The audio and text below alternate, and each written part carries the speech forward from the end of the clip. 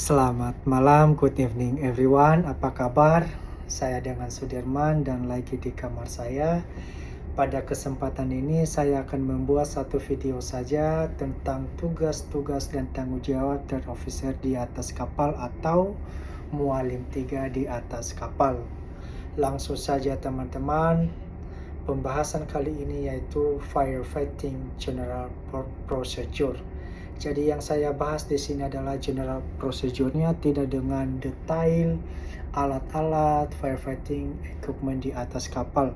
Apabila saya membahas itu semua, saya membutuhkan waktu yang cukup lama. Jadi langsung saja, seperti yang sering dilakukan oleh third officer di atas kapal, di mana training dilakukan setiap bulan, maka salah satu materi training yang disampaikan kepada semua kru di atas kapal yaitu firefighting general procedure ini. Bagaimana kita menyampaikannya kepada semua kru? When you find the fire, you must immediately raise alarm and extinguish the fire with nearest suitable fire extinguisher. Do not wait for emergency party to respond. Artinya teman-teman, apabila kamu menemukan api ataupun terjadi kebakaran di atas kapal, dengan segera mungkin kamu akan menekan tombol fire alarm yang terdekat di daerah terjadinya api tersebut untuk memberitahukan kepada semua kru di atas kapal bahwa sedang terjadi kebakaran di kapal kita, dan dengan langsung mereka akan action sesuai dengan tugas dan tanggung jawab yang sudah diatur di master list, di mana disusun oleh third officer saat pertama kali naik di atas kapal, dan ini saya sudah bahas di video pertama saya. Oke, next. Padamkan api tersebut dengan alat pemadam kebakaran yang tersedia daerah situ yang terdekat. Jangan menunggu tim firefighting untuk memadamkan api tersebut. Adanya apinya keburu membesar atau menyebar kemana-mana. Jadi teman-teman, do not wait for emergency party to respond. Next, if that small fire you found, you used your knowledge and training to commence fighting the fire by best available fire extinguisher around there and extinguish the fire before spreading.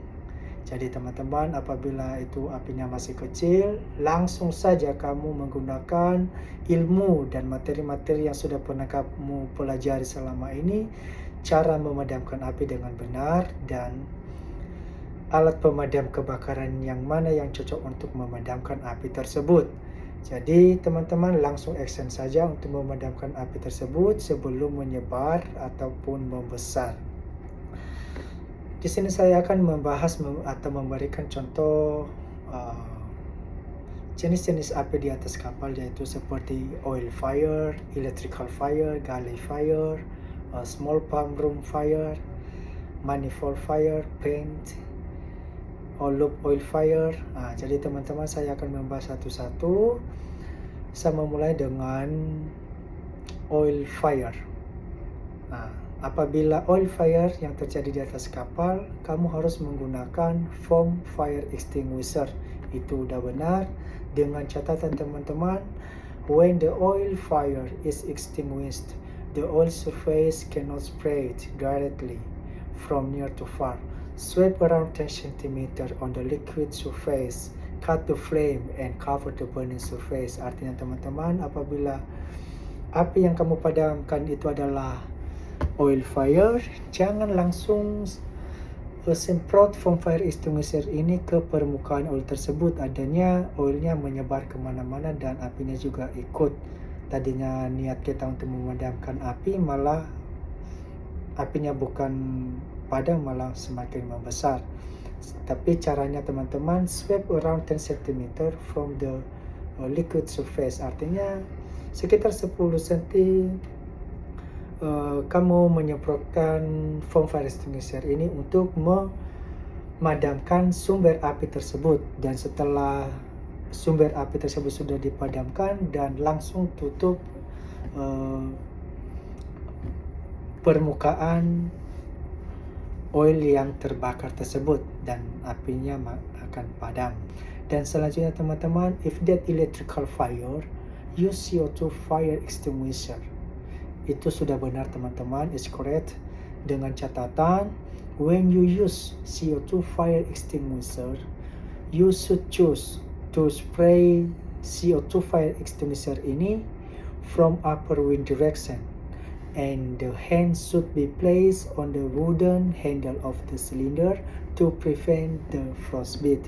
Artinya teman-teman, ketika kamu menggunakan CO2 ini untuk memadamkan electrical fire, kamu harus memilih menyemprotkannya itu searah dengan arah angin. Artinya jangan melawan arah angin.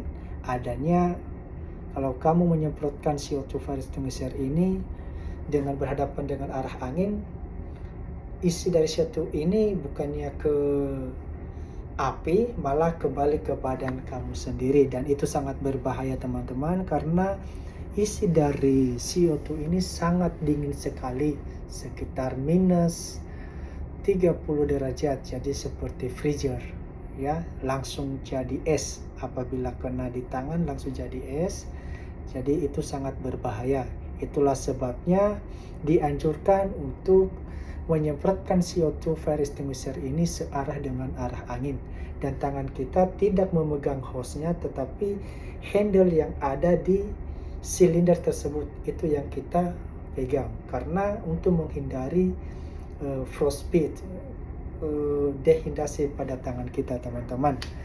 Dan selanjutnya, when you use the CO2 in narrow indoor space, you should leave quickly after the fire have been extinguished, untuk menghindari gangguan pernapasan ataupun paru-paru kita. Artinya teman-teman, ketika kamu menggunakan CO2 fire extinguisher ini di ruangan yang sempit atau di ruangan yang tertutup dan kekurangan oksigen, dengan segera mungkin, as soon as possible, you should leave setelah apinya padam. Artinya teman-teman, kamu harus meninggalkan tempat itu setelah selesai melakukan pemadam kebakaran tersebut. Dan selanjutnya teman-teman, if that galley fire, apabila apinya terjadi di dapur galley fire, kamu menggunakan fire blanket and CO2 fire extinguisher, itu sudah benar. Dan if the small pump room fire, gunakan foam fire extinguisher. Dan apabila apinya terjadi di manifold, kamu menggunakan dry powder extinguisher and a portable foam applicator. Jadi teman-teman, itu salah satu contoh yang saya bahas pada malam hari ini, dan saya pengen membahas yang lainnya, tapi waktu saya tidak mencukupi karena sebentar lagi saya melakukan tugas jaga di Anjungan. Dan hal yang sangat penting untuk seorang muallim 3 di atas kapal, ataupun buat teman-teman yang baru lulus dari kampus, fresh graduate, kamu harus tahu satu hal ini, yaitu Fire Safety Objectives yang dituliskan sesuai SOLAS Safety of Life at Sea pada chapter 2 regulation 2. Jadi bisa dibaca di sana, dan saya menyampaikan di sini supaya memudahkan teman-teman untuk mencarinya nanti di buku SOLAS Safety of Life at Sea. Isi dari chapter 2 regulation 2 ini adalah Fire Safety Objectives dengan tujuan 1, prevent the occurrence of fire and explosion. Artinya teman-teman, untuk menghindari terjadinya api dan ledakan pada kapal, dan itu sangat berbahaya. Dan yang kedua adalah reduce the risk to life caused by fire. Dan selanjutnya teman-teman, reduce the risk of damage caused by fire to the ship, to the cargo, and to the environment. Artinya teman-teman, untuk mengurangi bahaya atau pencemaran laut dan bahaya terhadap kapal dan kargo di atas kapal. Dan yang keempat, contain, control, and suppress fire and explosion in the compartment of origin. Jadi teman-teman bisa nanti baca di SOLAS. Dan yang terakhir yaitu provide accessible of escape for crew. Oke, terima kasih banyak sudah menonton dan itu pembahasan pada malam hari ini. Semoga bermanfaat dan dengan banyaknya kesalahan ataupun kekurangan dalam materi ini bisa tulis di kolom komentar dan saya akan membahas di video selanjutnya. Terima kasih teman-teman sudah support saya. Dengan Sudirman Bulele pamit dan mengundurkan diri. Ya, sukses selalu.